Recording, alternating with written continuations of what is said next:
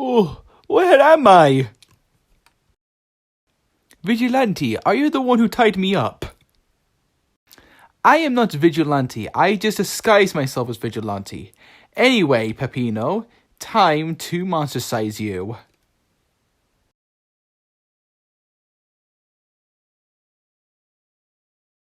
It's weird not seeing Peppino in his pizzeria.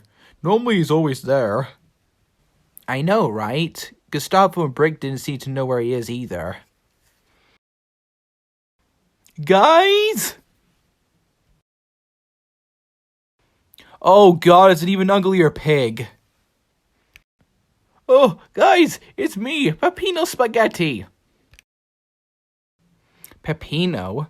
What happened? That monster DM turned me into a pig. I guess you're now Piggeno, am I right or am I right?